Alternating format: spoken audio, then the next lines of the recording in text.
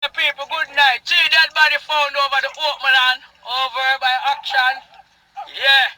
And them burn the Westmoreland for burn the body them. Look on two of them, I don't know. So anybody miss any loved ones, can please come and identify this body. Look, I told you come on. See you next one today, sir. Somebody call the police. Look call the feds. On the spot news media, we got the latest news. We don't care about the views, we just representing right. Put local news internationally every night. On the spot, wave that Jamaican flag from left to right. Let's get it right, y'all know the type. We ain't dealing with the hype, we make it take flight. Yeah, man, my viewers and subscribers, what go on? A blessed and wonderful Ash Wednesday evening to each and every person out there tuning in to On The Spot News Media. Now, my peeps, I have a few stories to share with you, the regular members of Chan Public and also members of the diaspora. So please like the video, share the video, watch the entire vlog so you can get a full understanding and a better appreciation of everything we're going in Jamaica.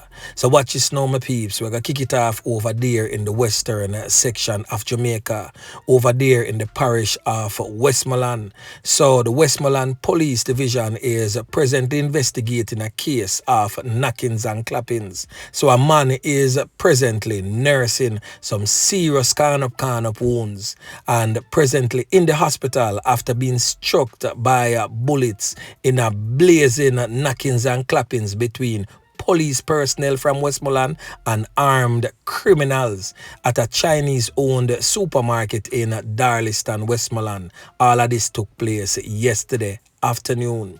The incident took place at the Flying Dragon Shopping Center and Meat Plus supermarket sometime shortly after 2 p.m. yesterday evening. Reports from the Darliston police suggest that 3 men, one identified only as Buddy, entered the supermarket where they brandished firearms and ordered the occupants not to move. The police continues to say that the gunman then proceeded to rob a total of $2,270,000 from the owner of the Chinese establishment. The Chinese businesswoman was definitely frightened. The Darliston police was alerted and 3 officers responded to the report on foot because the lack of police vehicles at the Darliston police station. Now, the report also added that upon their arrival at the scene, the cops were fired at by the criminal elements. 2 of the officers then took evasive action in fear of their lives and returned the gunfire in the direction of the criminals. It is also understood by On The Spot News Media that a licensed firearm holder who was in close proximity also traded bullets with the criminal elements before they fled the scene in a waiting motor car. After the Knockingz and Clappingz subsided, a civilian turned up to the police station suffering from a gunshot injury to the right arm. The man who was suspected to have been caught in the crossfire was assisted to the Savannah Lamar General Public Hospital where he was treated and admitted in serious but stable condition. No police officer was injured during that Knockingz and Clappingz incident. The police suspect, however, that one of the gunmen was shot after blood was seen in a nearby vehicle. Investigations are ongoing into that Brazin, Knockingz and Clappingz. Now, from what they know, we definitely see where the criminal elements in Westmoreland definitely a roar their big and hungry heads, as many a times we have seen where ATM machines were removed from their respective locations and a series of robberies of some serious amount of cash has been carried out by these criminals. I'm pretty sure that these criminals could not have known that the wholesale would have that much cash at that time of the day in hand for them to just come and take.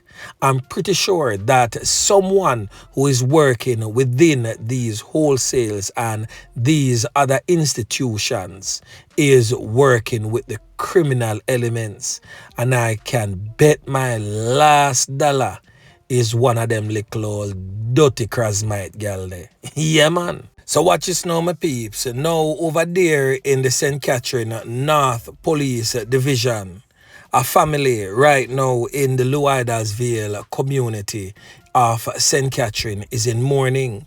So the St. Catherine family is now living in fear after the brutal Knockingz and Clappingz of 2 of their family members and 3, if you count a previous one that took place 2 years ago.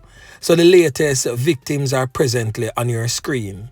58-year-old Michael Slue and his 26-year-old son, Michael Slue Jr., whose bodies was discovered on Monday evening sometime about 5:30 p.m. in bushes on the family's 17-acre property in the Worthy Park section of St. Catherine.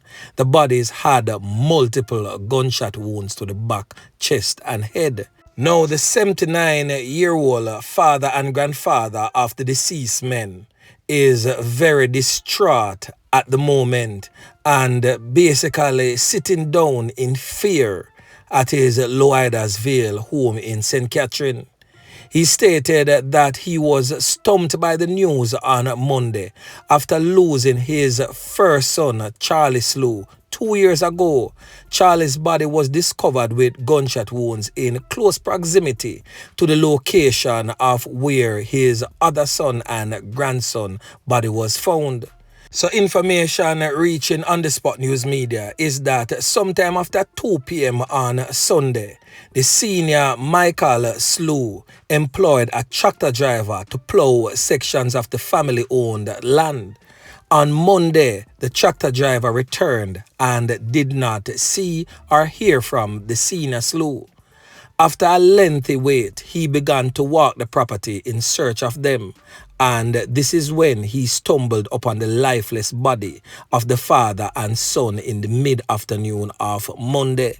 The senior Slue was dressed in blue overalls and black shoes and was laying face down. His son's body was seen lying about 40 feet away from him with what appears to be a whole heap of corn-up wounds to the back and head. He was dressed in a green shirt, a grey shorts, and a brown and white pair of shoes. So the family of the Slues definitely in fear as 3 members of the Slue got slewed within a 2-year span. Yeah, man, something definitely wrong. So what I go on right now On The Spot News Media will definitely be keeping tabs on this one and seek to uncover why the Slues are being slewed in such a manner. Yeah, man. Now, still in the St. Catherine North Police Division, the St. Catherine North Police is keeping a close watch on the volatile, crime-riddled, war-torn area of Quarry Hill after Monday's Knockingz and Clappingz of a man. Now, for those who is not familiar with where is Quarry Hill is along that stretch of road that runs from Spanish Town back down to where Caribbean Estate Gate is.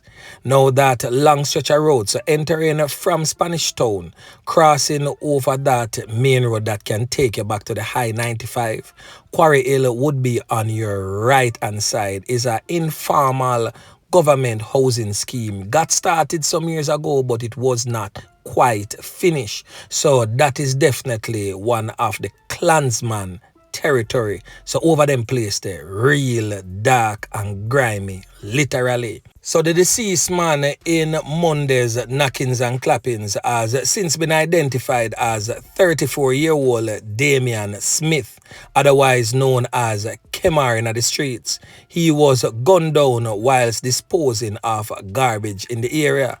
The police says that the Knockingz and Clappingz was a reprisal one. The police source also stated that Smith returned to the community in 2018 after being incarcerated for quite some time. So most definitely is a known criminal element. So following a flare-up of violence, he left the area in 2020 and returned late last year. So on Monday, he was fatally taken out by criminal elements in that area, whilst no suspect suspect has been held in connection with that Knockingz and Clappingz. The police say that a probe into the matter is far advanced. So the police them definitely on it. Yeah, man. Now over there in the war-torn, crime-riddled St. Andrew South Police Division, a man on ice right now, and a sergeant of police seriously injured as both of them were conned up by criminal elements over there in Union Gardens in St. Andrew Tuesday evening. Now for those who is not familiar with Union Gardens, depending on which direction you're coming from, if you're coming from downtown Kingston along Spanish Town Road, it is that community on your left just before you reach the Delacree Park scheme. And if you're coming from 3 miles, it's that community on your right just after you pass the Delacree Park scheme. Now the cop who is assigned to the Hunts Bay police station was taken to hospital in serious condition. Him get seriously cut up in the abdomen area. So the commanding officer of the St. Andrew South Police Division, Senior Superintendent Kirk Ricketts, confirmed that the policeman is in the hospital, but his condition was unknown. The man who end up losing 3 pints beside the squaddy has not yet been identified, but the police is definitely probing the incident. So On The Spot News Media will most definitely give you a follow-up in subsequent newscast. Yeah, man. Now, the last thing that we are going to talk about is to give the ones and ones them some clarification in the Privy Council's decision to deny dancehall artist Vybz Kartel and his co-accused request for fresh evidence to be presented in the appeal of his murder conviction.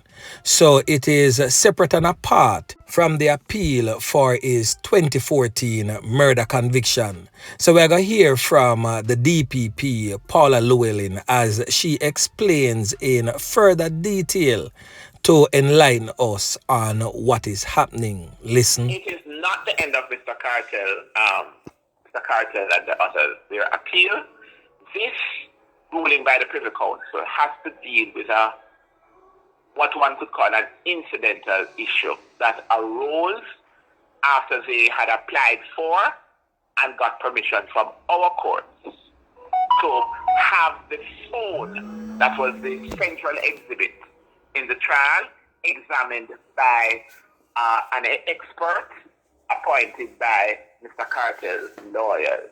That expert did in fact examine the phone in the presence of the prosecution expert. This was done in Jamaica, and it is the result of that examination that they sought permission from the Privy Council to seek to call as what we call fresh evidence through the mouth of the expert, that basically, and other applications attached to that.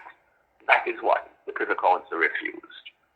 All right, my peeps, so I hope that help us, the ones and ones them, the regular members of Chan Public and also members of the diaspora, to get a better understanding of what the Privy Council ruling the other day was about as it relates to the appeal of the now incarcerated dancehall DJ, Adidja Palmer, better known as Vybz Kartel, and his co-accused, which includes Sean Campbell, aka Sean Storm. Yeah, man. So anyway, my peeps, remember to like, share, subscribe to the channel. Stay tuned to On The Spot News Media as I continue to bring you fresh news and updates in subsequent newscast. On The Spot News Media. Yeah, man.